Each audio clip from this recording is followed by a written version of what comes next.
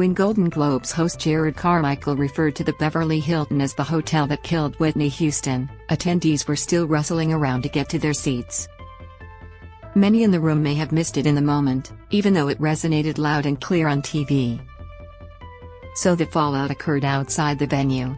The Whitney Houston Estate is disappointed in the joke, a rep for the late singer's sister-in-law Pat Houston told TMZ after the show, and felt it was in poor taste. Because, even approaching 11 years since Whitney's sudden death on February 11, 2012, it's still too soon for fans and protectors of the revered artist's legacy to consider what happened that day anything other than heartbreaking. On the final day of her life, Whitney seemed to be looking forward to Clive Davis' annual pre-Grammy Gala that was to be held that night at the Beverly Hilton, where she was also staying, in room 434, under her grandmother's name, Elizabeth Collins. "We talked about looks and what she was going to wear. And what we would do with that evening," her longtime hairstylist Tiffany Dixon told NBC News a month later. She seemed very happy that day.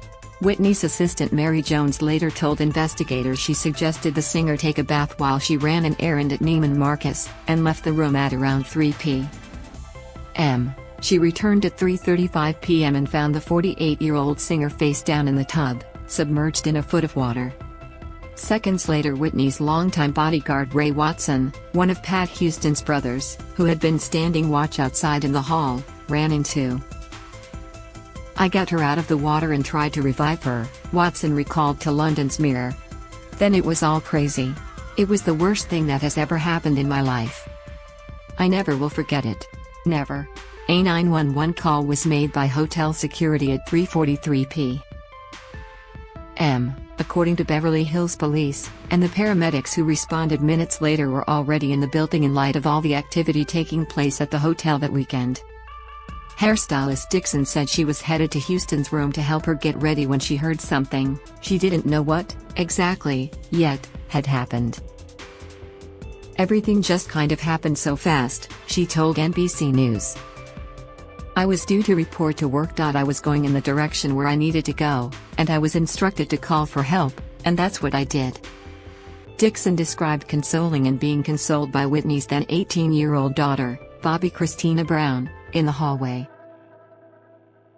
The teen didn't know what was going on, the stylist explained, sharing that she'd glimpsed Whitney lying there and then moved to keep Bobby Christina out of the bathroom. In one of the most tragic twists imaginable, Bobby Christina was found underwater and unconscious in the tub at her Atlanta area home on Jan. 31, 2015. She spent the next 6 months in a coma before she died at the age of 22 on July 26. Word spread like wildfire among Whitney's small entourage, including manager and sister-in-law Pat and Whitney's brother Gary. After attempts to resuscitate her failed, Houston was pronounced dead at 3:55 p.m. Beverly Hills Police Lieutenant Mark Rosen told reporters later that night, also noting that there seemed to be no obvious signs of criminal intent at the scene. At the time, Whitney's body was still in the hotel. The next day, BHPD put a security hold on any autopsy findings until their investigation was complete, a not uncommon move especially in high-profile cases, according to then Assistant Chief Coroner Ed Winter. The autopsy report from the Los Angeles County Coroner's Office released 2 months later stated that Whitney had probably been dead for about an hour before she was found. Whitney's mother, Cissy Houston, recalled the phone ringing that night at her home in New Jersey. "When I picked it up, all I could hear was screaming," she wrote in her 2013 book Remembering Whitney. "Oh, Mommy. It's Nippy. It's Nippy. It was my son Gary on the line and he was hysterical." When the Grammy-winning gospel singer asked what was wrong, he replied, "They found her. They found her upstairs and I'm not going back up there." Cissy couldn't get a clearer explanation from her son, she recalled, and finally she asked if her daughter was dead. "I was told later that I screamed so loudly that the whole building must have heard me," Cissy wrote, "but my mind was absolutely blank, except for one thought: my baby was gone." Back at the Beverly Hilton, investigators were combing Whitney's suite, trying to get a handle on what, exactly, had happened. At the same time, an A-list crowd was trickling into the hotel for Davis' party, unaware of what was transpiring upstairs. The final coroner's report released in April 2012 stated that a spoon with a white crystal-like substance in it was found in the room, as was a plethora of prescription medication bottles, along with an open bottle of champagne, food and other personal items. A small mirror found in a drawer had a white powdery substance on it, the report also noted.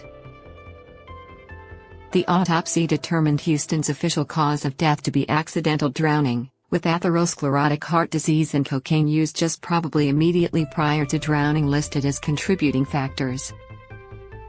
Toxicology tests turned up traces of Benadryl, Xanax, marijuana and Flexeril, a muscle relaxant, in her system, but none were considered factors in her death, per the report. Assistant Chief Coroner Winter had told LASABC7 that Houston's prescriptions were pretty normal and quipped that he had more prescriptions than were found in her room.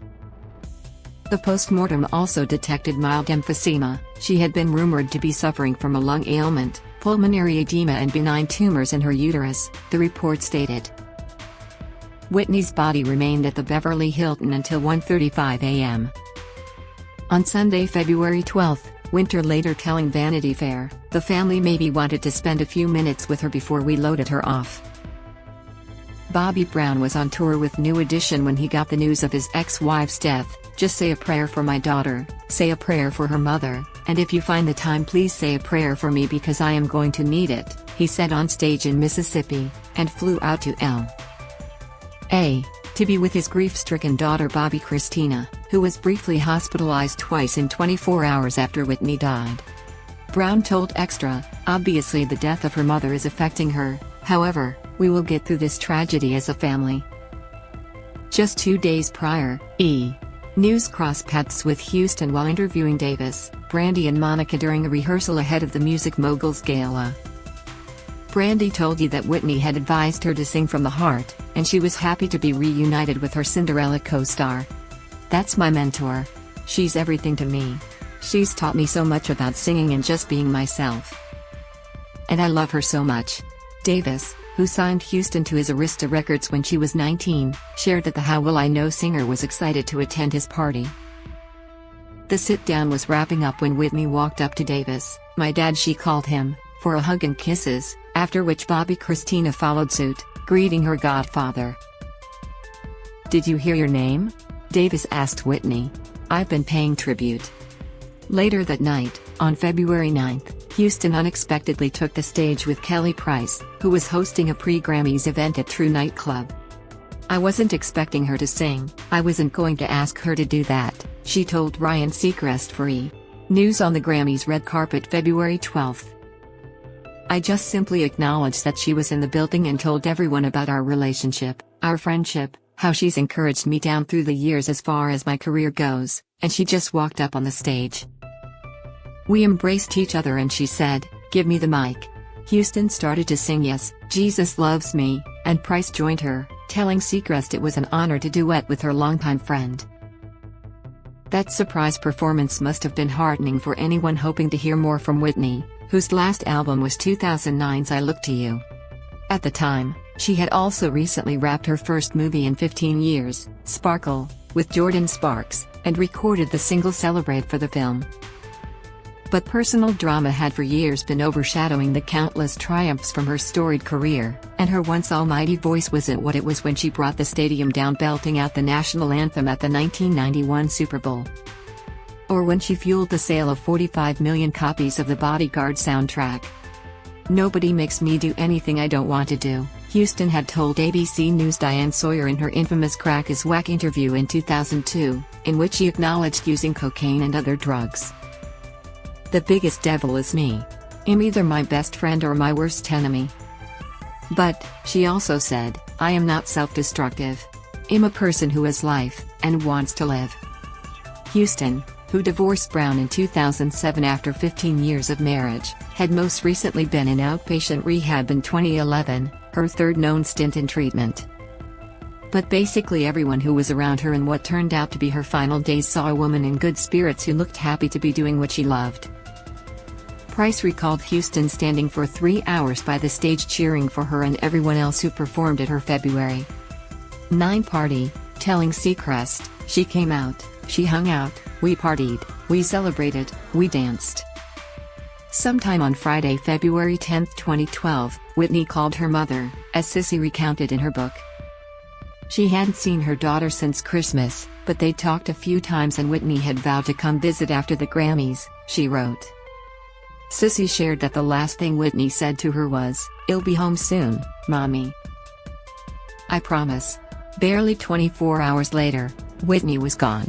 Davis' party went on that Saturday night, a celebration that turned into a memorial concert as artists including Alicia Keys and Tony Bennett paid tribute to the fallen star. By nighttime, a makeshift shrine of flowers, candles, cards and mementos had piled up outside the hotel entrance. In a statement, Davis said he was personally devastated by the loss of somebody who meant so much to me. Whitney was so full of life. She was so looking forward to tonight. She loved music. She loved this night. Let's celebrate music. She graced this stage with her regal presence so many times. Calling her a beautiful person with a talent beyond compare, he noted, Whitney would have wanted the music to go on and her family asked us to carry on.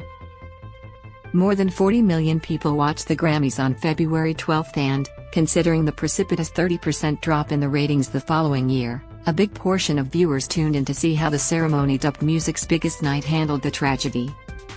They may have been devastated, but they were not disappointed, as hosts tell. LL Cool J acknowledged the death in our family and led off with a prayer. Jennifer Hudson just managed to hold off her tears singing "I Will Always Love You" as if she'd been rehearsing for days, not hours. Everyone bustling around backstage got quiet and crowded around the monitors to watch, and the many Houston admirers in the house let it be known what she meant to them. And, for the record, there was no in memoriam montage snafu that night, Houston's incomparable voice at its melismatic peak stealing the show.